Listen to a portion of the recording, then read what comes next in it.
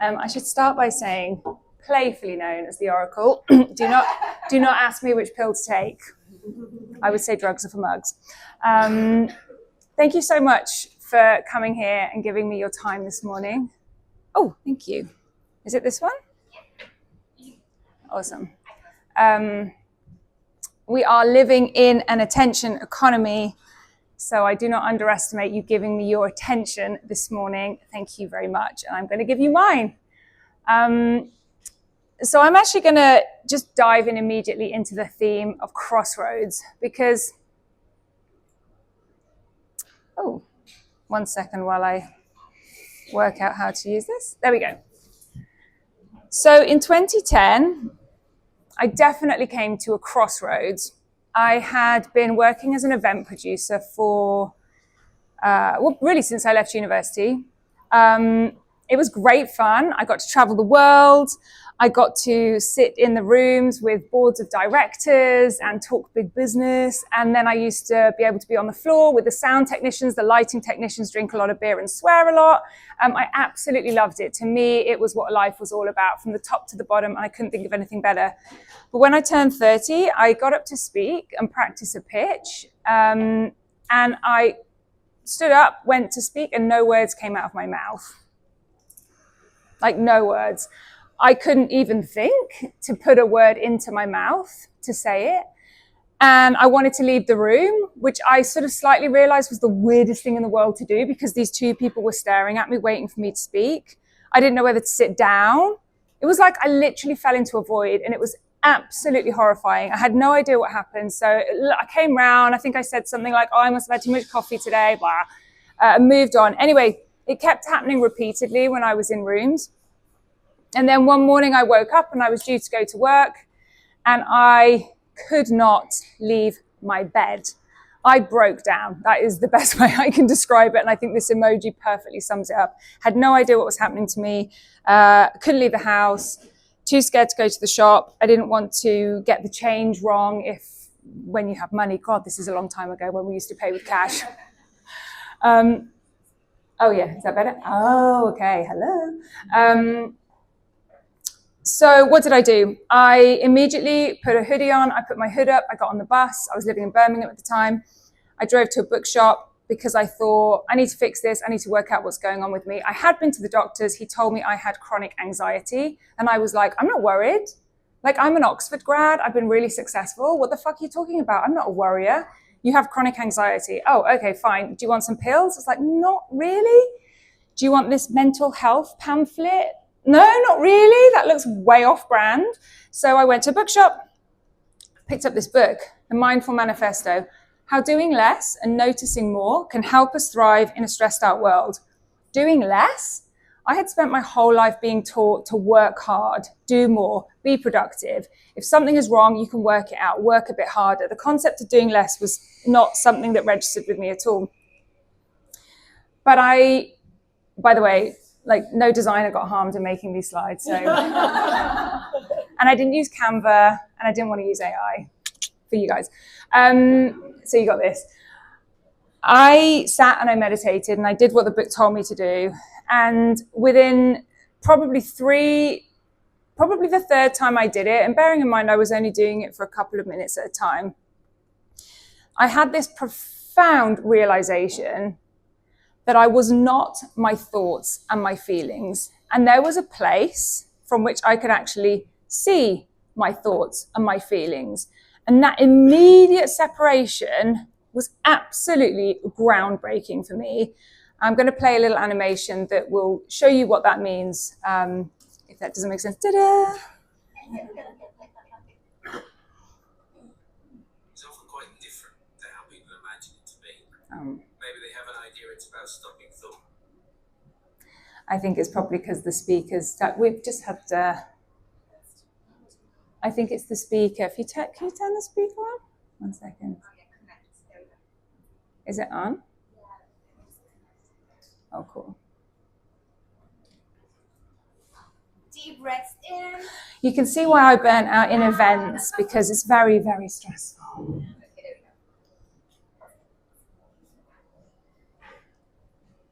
Training the mind. Okay. Training the mind is often quite different to how people imagine it to be.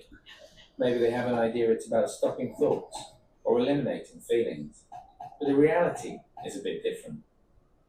An easy way to think of it is to imagine yourself sitting on the side of a busy road, the passing cars representing the thoughts and the feelings. All you have to do is to sit there and watch the cars. Sounds easy, right? But what usually happens is that we feel a bit unsettled by the movement of the traffic. So we run out into the road and try and stop the cars, or maybe even chase after a few, forgetting that the idea was to just sit here. And of course, all of this running around only adds to the feeling of restlessness in the mind. So training the mind is about changing our relationship with the passing thoughts and feelings, learning how to view them with a little more perspective. And when we do this, we naturally find a place of calm. Will we sometimes forget the idea of the exercise and become distracted? Of course we will. But as soon as we remember, here we are, back on the side of the road again, just watching the traffic go by, perfectly at ease in both body and mind. Thank you. So I don't know if that resonates with anybody, but for me, it was like a factory reset. And I was 30 when this happened. And I was like, oh my God, why didn't anybody tell me about this before? Like, how did I get to this age and nobody told me this super simple reality of the human existence? So immediately, because I had worked in events and I was working with these huge blue chip corporations and always being asked the same brief, please inspire all of my workforce to be more resilient, more productive, more motivated, more inspired. We used to do all sorts of team building type things to make that happen, which really never worked. Everybody just wanted to drink booze and have sex with each other. I was like, right, everybody needs to learn meditation. Like, that is all you need to do. So I started plotting about how that might happen. As I'm doing this, I read about Headspace in a magazine and I'm like, what? They're already doing it. They have this really hot monk and oh God, like, and they looked huge because they had this amazing brand. So I was like, they must be enormous. So I did this wild thing. I just want to put this in perspective. I had literally burnt out about 2 months earlier. 2 months earlier, I was not moving. And I wrote to them. I was like, I need to write to them. I was going to show it to you this morning, but one for another time. I just designed this crazy letter to send to Rich Pearson and Andy Puddicombe saying, I either need to work for you or you need to work for me. Anyway, long story short, I met up with them. They had done loads of amazing things by the time I met them, particularly with the content and the branding, and they'd started to do live events. So it was a really beautiful serendipitous meeting. I left my job. I went down to London and I joined them. And the rest is history. And we started building from the ground up with the vision to improve the health and happiness of the world. But I started to embed a daily dose of time and space in my life. And as well as meditation, which I started to do 45 minutes in the morning, 45 minutes at night. And I did that every day for 6 years without a day off. Like anywhere I would be, I would find the space to go and meditate. Even if I was staying at a friend's house, I would squirrel myself away into another room and I would sit and do it. But I did loads of other stuff as well. I started to do 5 rhythms. Has anybody done 5 rhythms? Oh, so when I was at Headspace, I was still feeling all the wild feelings that I had just before I burnt out, right? They didn't just go away overnight. They were all there. But I could sort of see them and it was like, oh God, there they all are. And now I can move them and play with them and kind of like, it was a bit like, that kind of screen in Mission Impossible. I was going to 5 rhythms. That was flushing it out my system once a week, particularly anger. Like anger comes out really, really well when you dance it out. I started journaling in the morning. Has anybody read The Artist's Way? Doing some morning pages. I found ritual to be really helpful. I burnt a lot of stuff. Like I did not stop journaling and I'd written and then I thought, actually, I never want to read these again. And I put them in a bin, in a garage. I don't know why I chose to put them in a bin in a garage, but I did. It just felt like I needed to get rid of them. So I just kept doing stuff. I just kept doing stuff to kind of alchemize like everything that was coming through me. And the more I did this, the more this real sense of awareness and perspective became kind of a permanent feature in my system. And the only way I can describe it is it's a little bit like, you know, every platform you go on now, there's like all of a sudden a little sparkle in the corner and it's like, oh, hi, AI assistant. It feels like that. Like the truth is I feel like I kind of have my own little AI assistant where, don't get me wrong, like I'm in the day-to-day mess like 99.9% of my day, like seriously. But it does feel like I now have this place where I can go, oh, hang on, let me just, okay, come over here. So what did it give me? I see situations more objectively. So this is super helpful. And let me give you a very practical example of this. When we were growing Headspace, we had to make hundreds of decisions every day practically because it moved fast.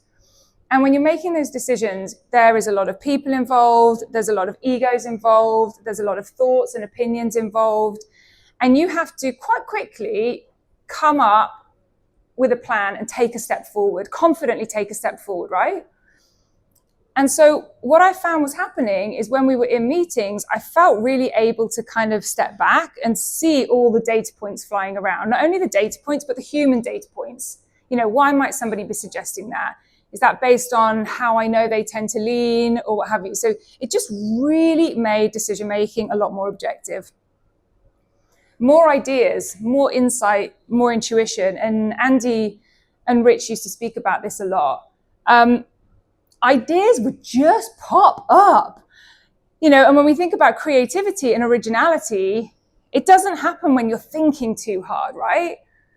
It bubbles up from somewhere that we're not really quite sure where there even is. But I was getting more and more and more of it. It was like a tap had been opened. And if you think about Headspace, which was named the most innovative company by Fast Company in 2017, it was born of a number of us in the team that were doing this practice really regularly. And so it was like a hose of ideas and intuition.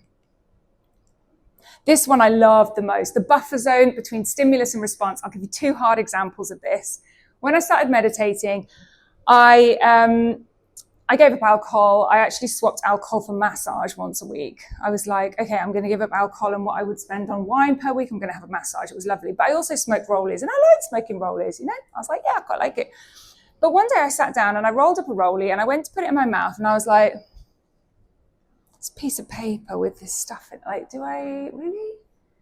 And I just didn't smoke it. I didn't want to give up. I just did. Because there was this separation between obviously the feeling of wanting to, you know, all those, like, it's feeding something, right? But there was this space. And the other time it happened was Oxford Street, Topshop. Long may you rest in peace. I miss you. I walked into Topshop. Our offices were around the corner. And I don't know, I was going to go get my daily dose of something. And I walked in and I could just see absolutely crystal clear what was happening in that place. The music, the colors, the way everything was put together, designed to draw me in and feed all of my feelings of, I want to feel cool, or I want to look good, and this is who I'm going to be if I buy that bag. And I could just see it all. And so the desire was, it's not that it wasn't there, but there was a space.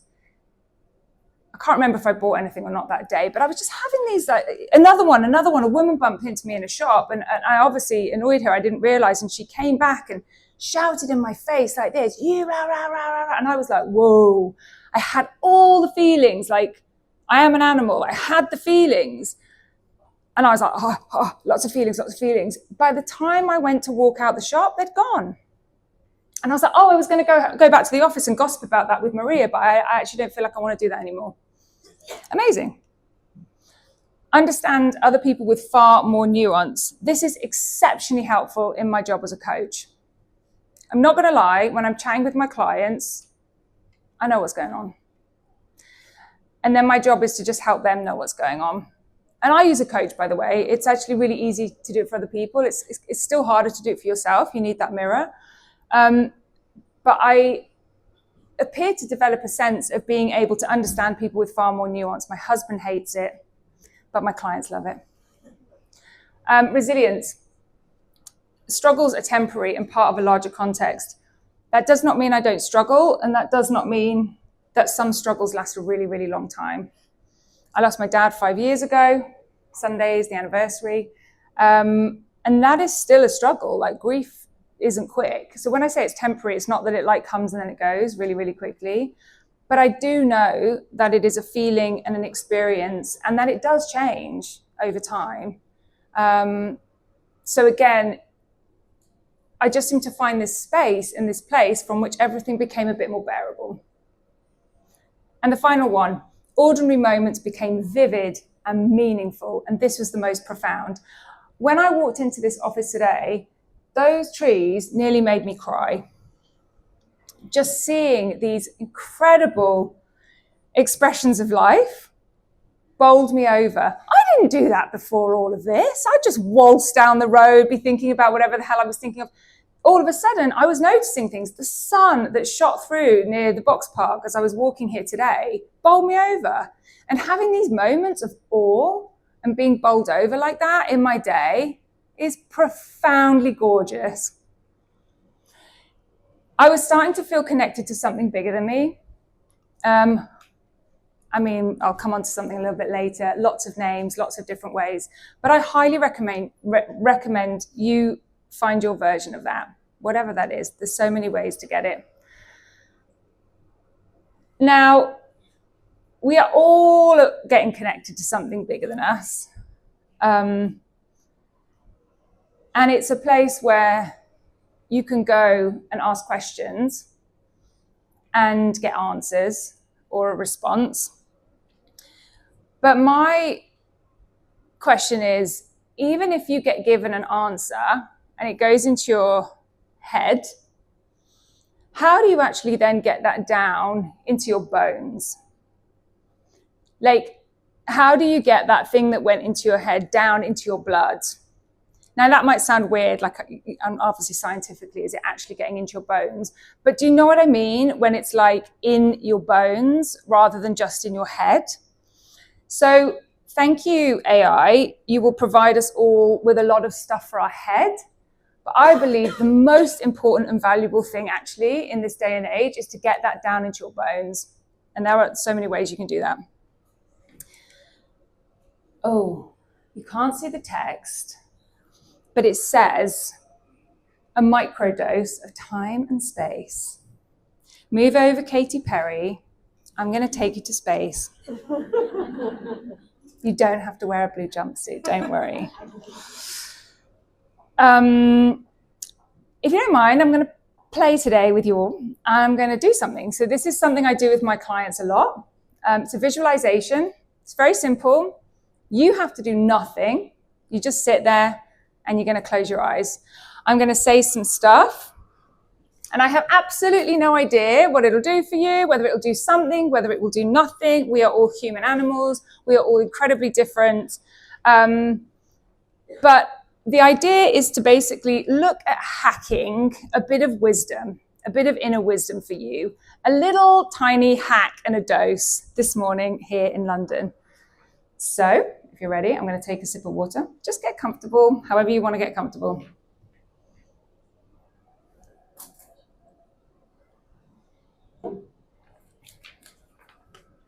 All right, is everyone ready? Sitting comfortably? I might sit down for this. All right. So you can start with your eyes open. It's a good place to start. And hang on, I need glasses. Oh man, 45 and your eyes disintegrate apparently. Right? Right, literally overnight. I'm like, oh, where did you go? Sight. All right, just sit back, relax. Get super comfortable, hands in your lap. You can either sort of have them resting or you can put your hands on your knees. Have your feet flat on the floor. And I'd just like you to begin with your eyes open for a moment. And I want you to take a really, really big deep breath. In through your nose, out through your mouth. As you breathe in, feel the lungs expand. They fill with air. And as you breathe out, Just feel the body soften and relax, and gently close your eyes. Now just allow the breath to return to its natural rhythm. In through the nose and out through the mouth. Notice the feeling of the weight of the body pressing down on the seat and the contact between the feet and the floor. Notice the feeling of the arms resting on the legs.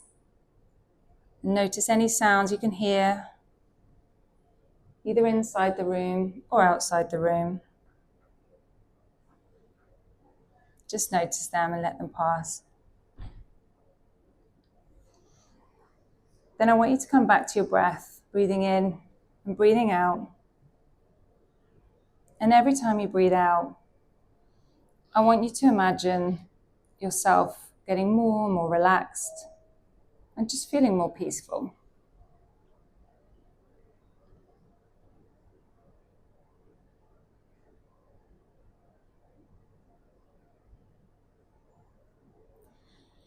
As you become more relaxed and more peaceful, I want you to bring your attention to the space between your eyes. I want you to imagine a light there. What color is the light between your eyes? Now I want you to imagine that light becoming a beam that extends all the way out into space. I want you to follow that beam as it leaves the building, as it travels above the city, and continues out so far that you can view the entire country below you. Keep going further and further out into space. Notice the curvature of the earth as you keep going further and further. And eventually, you find yourself enveloped by the softness and quiet of space. You notice the big, blue, green, beautiful ball below you with white clouds wisping around it. Allow yourself just to enjoy this perspective for a moment.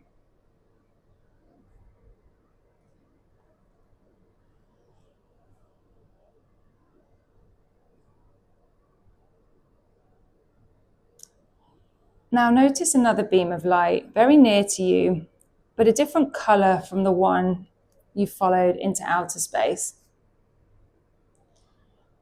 Begin to follow that beam back down to Earth. The beam is taking you back to Earth 20 years from now, 20 years into the future. Keep following the beam down, noticing the curvature of the earth and the land stretched out below you. And as you come closer to the end of the beam, keep noticing where you are. This is where your future self lives. You, 20 years from now. Come into contact with the earth and notice where you are. What surrounds you? What kind of nature or buildings are there?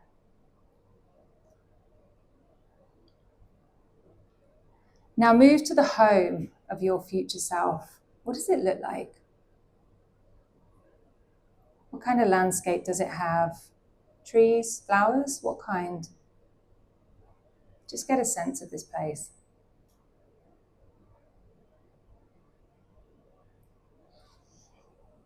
Now have someone come to the door. On the other side of the door is your future self waiting to greet you. You, 20 years from now. As the door opens, what do you notice? Greet your future self and notice the way they return your greeting, welcoming you into this time and place 20 years in the future. Take this person in. What do they look like? Notice how they stand. What are they wearing? Get a sense of this person's essence. Notice the inside of this home. What kind of person lives here? What are the colors of this place? Now move with your future self to a comfortable place for conversation. Perhaps your future self offers you something to drink. Settle in and make yourself comfortable.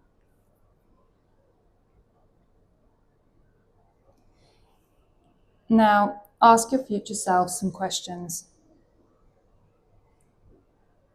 You might want to begin by asking, what is it that you most remember about the past 20 years? Take a moment to hear the answer.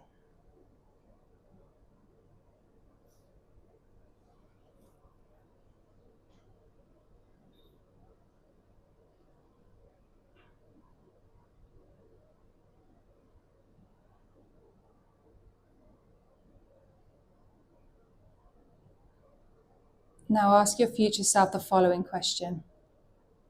What do I need to know to get me from where I am now to where you are? What would be most helpful? Listen to what they have to tell you.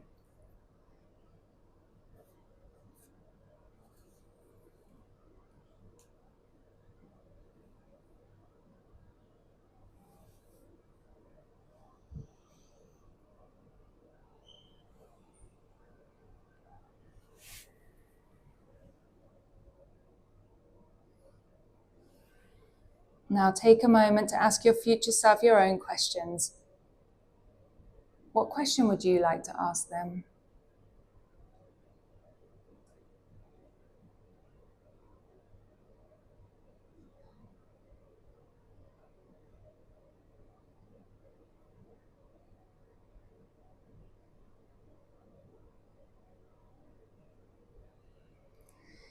And one final question before you go.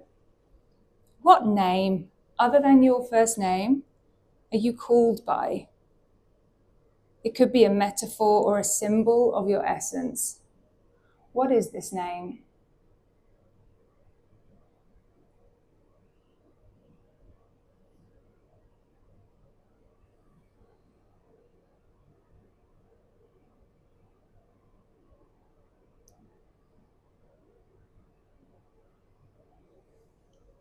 Bringing this visit to a close, thank your future self for being here with you today and sharing with you. Now find your way back to the beam of light and journey back up to space, watching this world of 20 years in the future grow ever smaller. As you move out, you see the ball of blue and green below you, clouds swirling around it. Notice your beam of light intersects with a different beam. Follow this light back to the present time on Earth. As you travel down, notice the Earth getting bigger. Moving further down the beam, notice the city coming into view, the skyline and the landscape. And finally, back into the room here. In a few moments, I'm going to count from 3 to 1. At the count of 1, you'll be refreshed and alert, as if you've had the perfect amount of rest, knowing you can remember everything you wish to remember from your journey. If you have a pen, there's a post-it note on your chair. I'm going to pause for a second so you can write down any words or anything you want to remember from your journey. 3, coming back to present time, become more alert and refreshed. 2, stretching your body, feeling the ground beneath you. And 1, eyes open, refreshed and alert.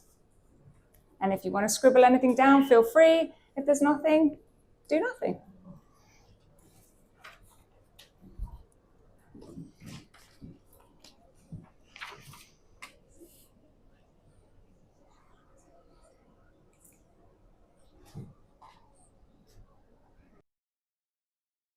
Okay, how was that? Anybody want to share anything? Did anybody feel anything? Did anybody feel nothing? Feel free to share anything or nothing. Oh, go for it. Oh, that is totally normal. The first time I did that with a client, so I should say this is inspired actually from the coactive coaching model. The first time I did it with a client, she cried. You're welcome. Anything else? It was just very beautiful. Oh. Reassuring. Oh, oof. You just gave me shivers. Thank you so much. Yeah, another client once said to me, the only thing they took away was trust yourself. That was it. The truth is, we are all wise elders in the waiting, right? You know, we sort of look at wise elders and we're like, look at them. They're just humans. You are all wise elders in the waiting. Do not forget that. I am going to rattle through this last bit like speed dating, okay? Because I have gone way over. One thing I want to say, how do you take all this theory into your lifestyle? One thing, fire. That's the symbol for fire. Here it is. I tattooed this on myself when my dad died. He used to quote Eleanor Roosevelt, you don't know how strong a woman is until she's in hot water. And every time I had something punchy to do at Headspace, you know the quote, he was like, teabag, Shona, teabag. We're also northern from Newcastle. So this technically is a pyramid teabag. I kid you not. But it is also the symbol for fire. The point I'm trying to make is if you want to do something, so when I coach people, I can't do it for you. I absolutely wish I could, and I probably would because I'm a mom and that's what we do. We do everything, but I can't. You have to do it. And the place it comes from is fire. Like, I'm going to get that done. It's really hard to find that place in you. And what I would recommend is you only need a tiny little spark of it to get going.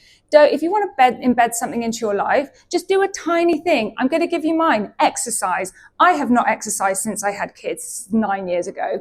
So now this is my start because every time I put yoga in my diary, I didn't go. So do you know what I do now? This is my tiny micro dose start. When I rub in my body lotion, I squat. 10 squats. I have kept that up.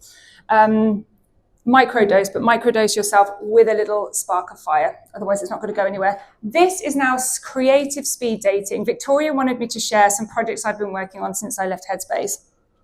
Headspace was amazing. It took me into the world of meditation. It was profound. I've read a lot of Buddhist philosophy. It is profound. You should read it. But this idea of being connected to something bigger than us was really in my mind.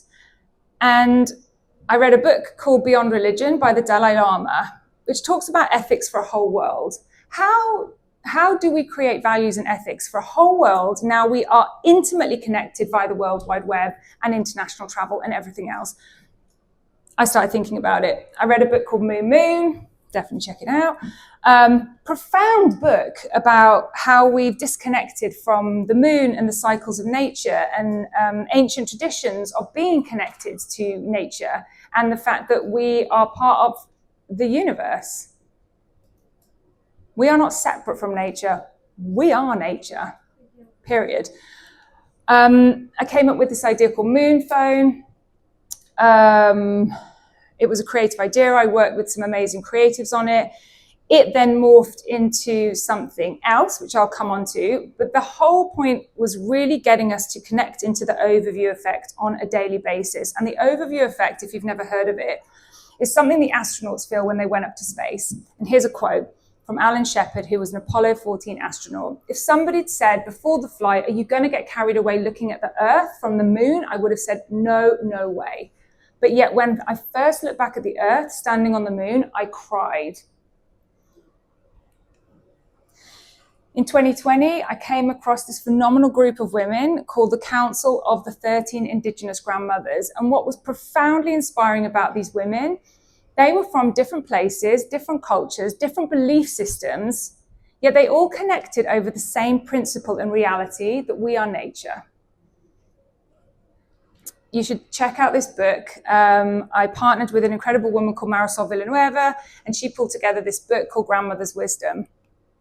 We manifested this idea called Ma, and I'm just going to be real with you. Creative projects sometimes are really hard, and the thing with this one is it was funding. How do you fund something that's really of integrity and heart? Tough call. Have not yet cracked it. But we did work with some amazing creatives who were just gifting us their time, and we came up with this concept of if artificial intelligence is going to do this amazing thing for our head, what is going to do this amazing thing for our body? If we get sucked into the world of the head, how are we going to remember that we are actually connected to the earth and the universe? And we coined this term Earth Intelligence, which I thank a really amazing creative director for coming up with. I haven't done anything with this, by the way. I'm totally sharing with you a load of unbaked cookies here. I thought, you're all creatives. You understand what unbaked cookies look like. I have no ending to this. But we didn't know what to call this thing we were talking about. It's really hard. What do you call it? But I will let Dr. Grandmother Henrietta Mann, who is a Native American leader, educator, teacher. She won the National Humanities Award from Joe Biden in 2023. And when we were playing with this idea, this is what she said about Earth Intelligence. I hope it's going to work, Victoria. It's an animation. Well, it's not an animation. It's a Zoom recording. It looks shit, so bear with me. But hopefully, oh, just before we go, actually, sorry, I didn't realize there's another slide. Go for it. Yeah, so oh, good. I'll stop pressing. You'll see this everywhere. Loads of people are talking about it. Alain de Botton from the School of Life talks about it, and he sums it up like this. A central task of culture should be to remind us that the laws of nature apply to us as well as to trees, clouds, and cliff faces. Fact. Our goal is to become clearer about where our own tantalizingly powerful, yet always limited agency stops, and where we will be left with no option but to bow to forces infinitely greater than ourselves. Grounding puts things in perspective, but I'll let Grandmother Henrietta say it better. Bear with, we just need to do the audio again. Just relax, chat amongst yourselves. I might sing a song.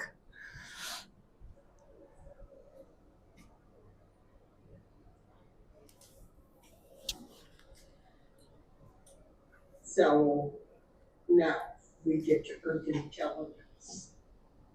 I can really relate to that. I can put my arms around it. I can sit on the ground, the earth with her.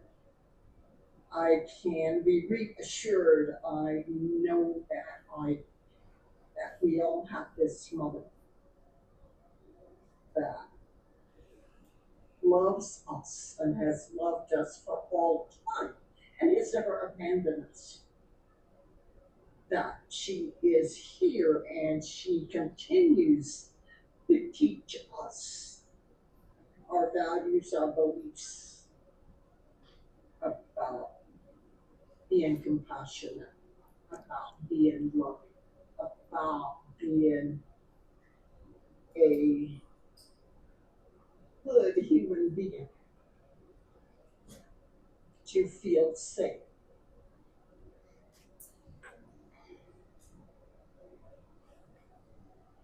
Thank you. I am done. My final recommendation, if you want something to take away with you, get some soil, a little pot, pop a seed in it, give it a little bit of water, and watch it pop. Profoundly inspiring. Thank you very much.